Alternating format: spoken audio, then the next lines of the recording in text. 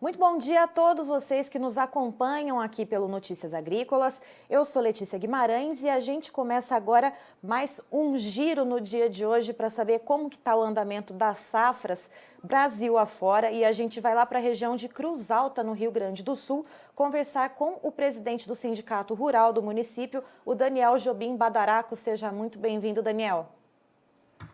Obrigado, Letícia. Bom dia a todos.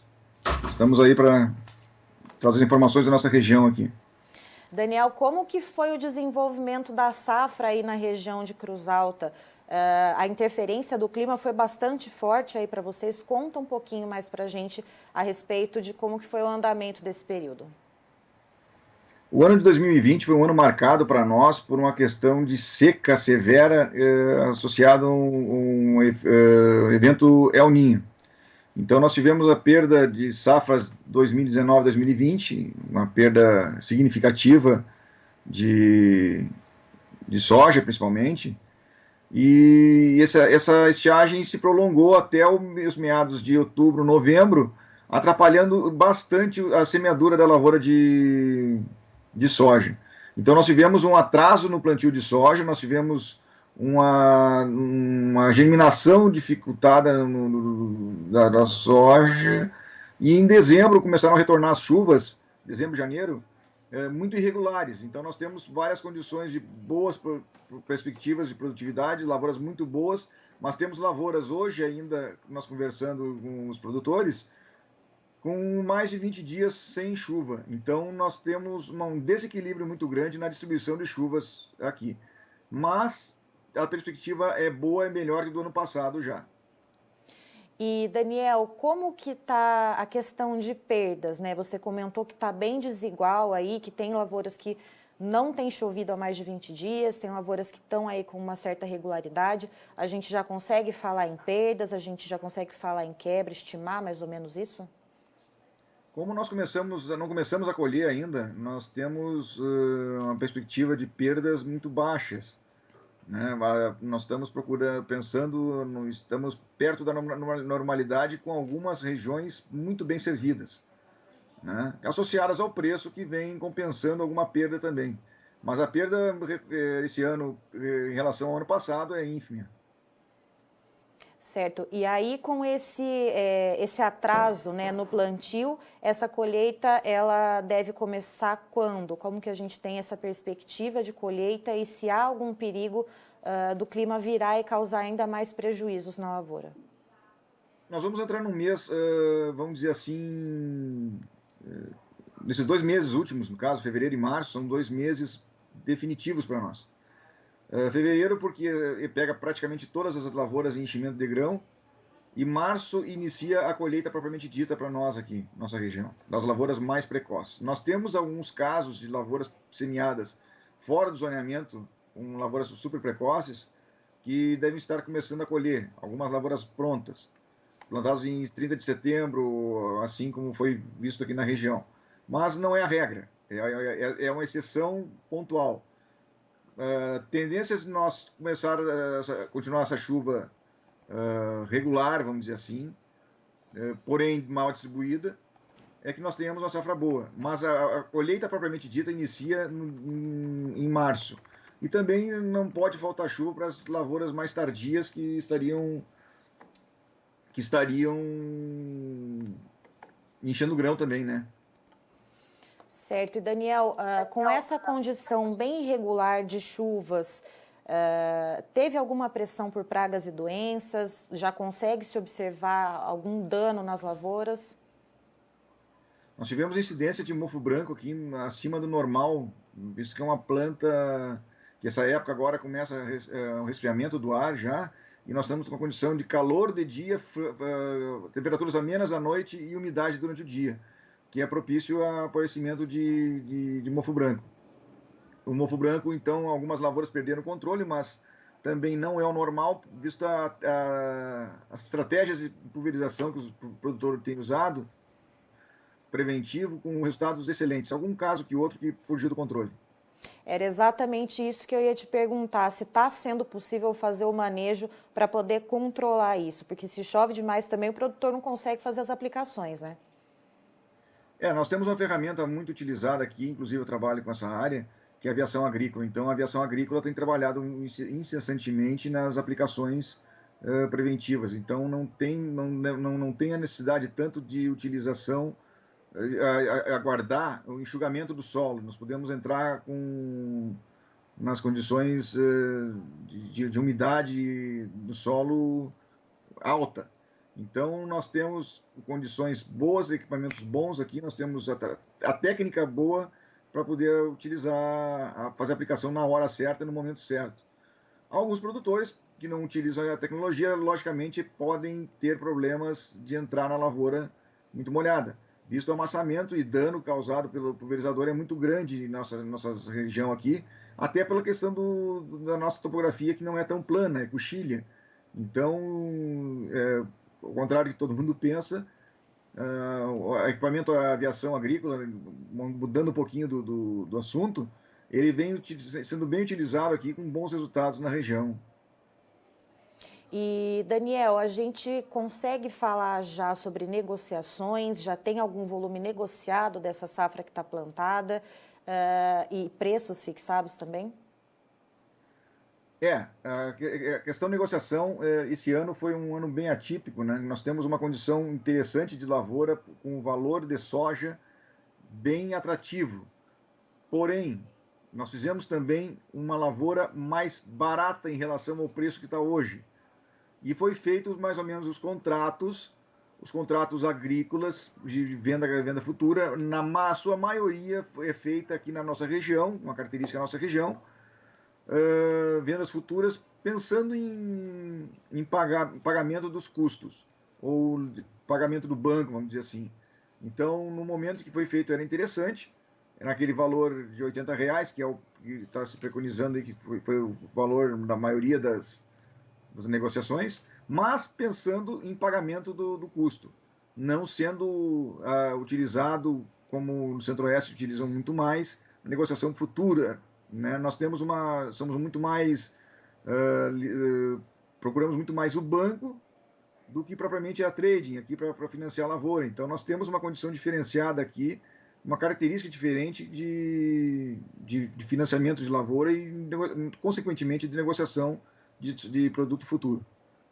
E aí, com esse preço de R$80 que você falou, isso é satisfatório para o produtor de soja? Você falou que travou ali, que deu para cobrir os custos, mas e a margem de lucro, né? A gente tem uma margem satisfatória, pode-se falar?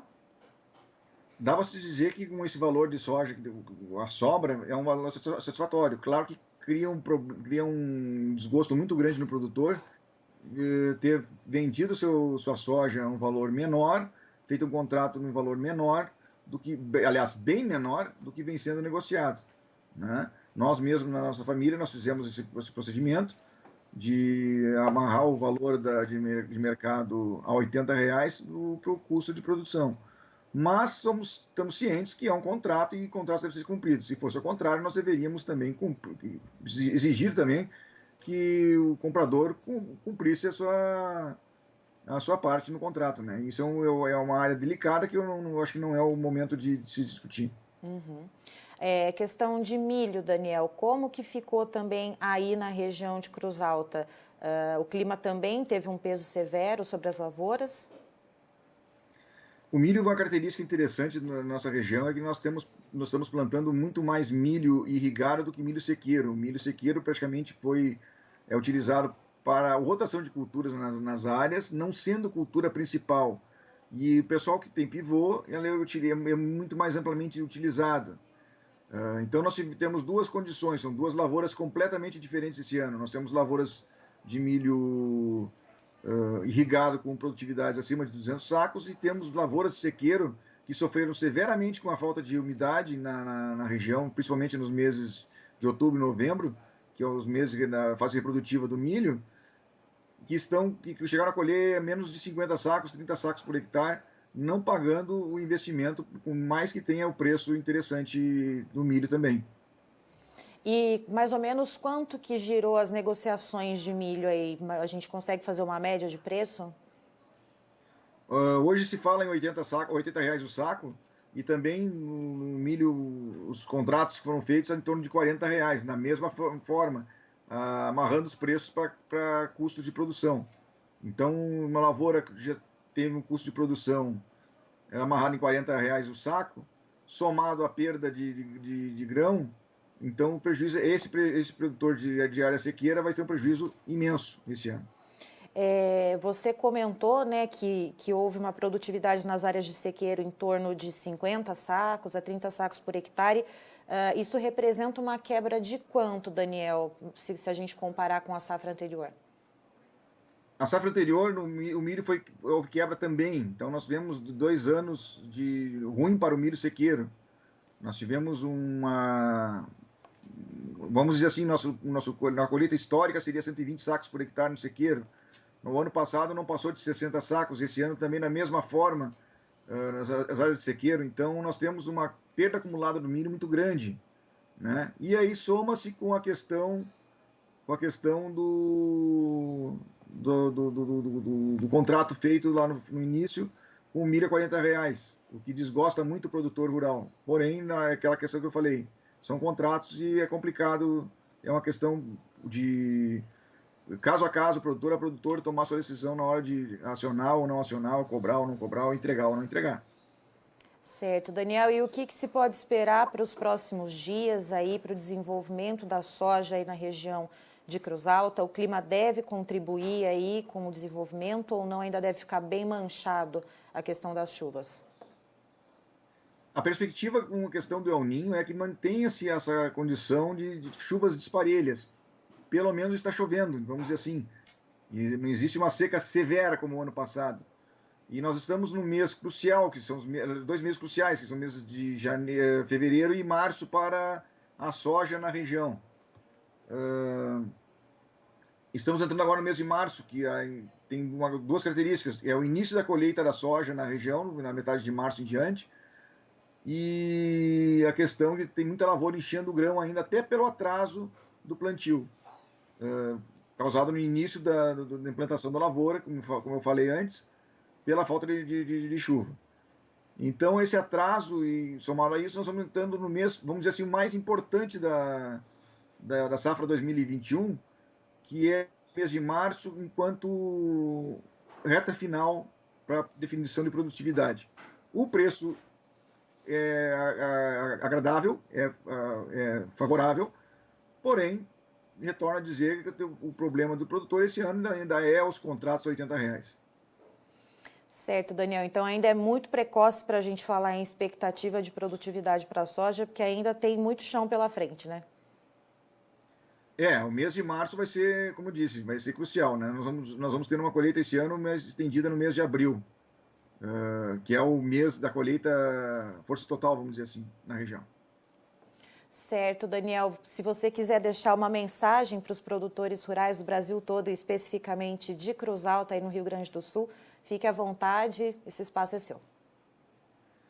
Bom, eu desejo a todos uma ótima safra que vem se desenvolvendo, dar os parabéns ao produtor rural da nossa região aqui, que vem fazendo o dever de casa, vem aplicando tecnologia, vem mantendo a sua propriedade e os empregos nessa pandemia. Peço a todos que se cuidem e tenham uma ótima e próspera safra 2021 e as próximas também. Muito obrigada, Daniel. Você é sempre muito bem-vindo aqui conosco no Notícias Agrícolas. Obrigado, Letícia. Obrigado, ouvintes. Estivemos aqui, portanto, com o presidente do Sindicato Rural do município de Cruz Alta, no Rio Grande do Sul, o Daniel Jobim Badaraco, trazendo detalhes de como foi e como está sendo o andamento das safras lá na região. De acordo com ele, para o milho, mais um acúmulo de perdas. Se no ano passado já houve quebra de safra por causa das secas, esse ano a história se repete. Segundo o Daniel, produção no sequeiro em torno de 30 a 50 sacas por hectare, uma média mais ou menos, o que representaria uma perda de cerca de 50% do potencial produtivo, que poderia chegar a 120 sacas por hectare, o que seria o que é considerado um marco histórico lá para a região de Cruz Alta para o milho. Para a soja, o Daniel ele conta que houve um atraso no plantio, porque a seca também afetou, né, severamente o Rio Grande do Sul, então essa colheita vai entrar em março e com força total em abril. Então o mês de fevereiro para enchimentos de grãos e março são decisivos para a soja lá na região de Cruz Alta. Houve condição de doença, segundo o Daniel, algumas lavouras sofreram com o mofo branco, mas aí os produtores conseguiram fazer o manejo para controlar, mas ainda é muito cedo, segundo o Daniel, para falar em expectativa de produtividade para a soja, né, falar em volumes. Mas, segundo ele, as negociações foram travadas em torno de R$ 80, ainda que agora esse preço esteja sendo praticado mais acima, mas, segundo ele, os agricultores travaram lá atrás nas vendas futuras a soja a R$ 80 a saca para conseguir ali cobrir os custos de produção e ainda ter uma certa margem. Eu encerro por aqui, mas daqui a pouquinho tem mais informações para você aqui no Notícias Agrícolas.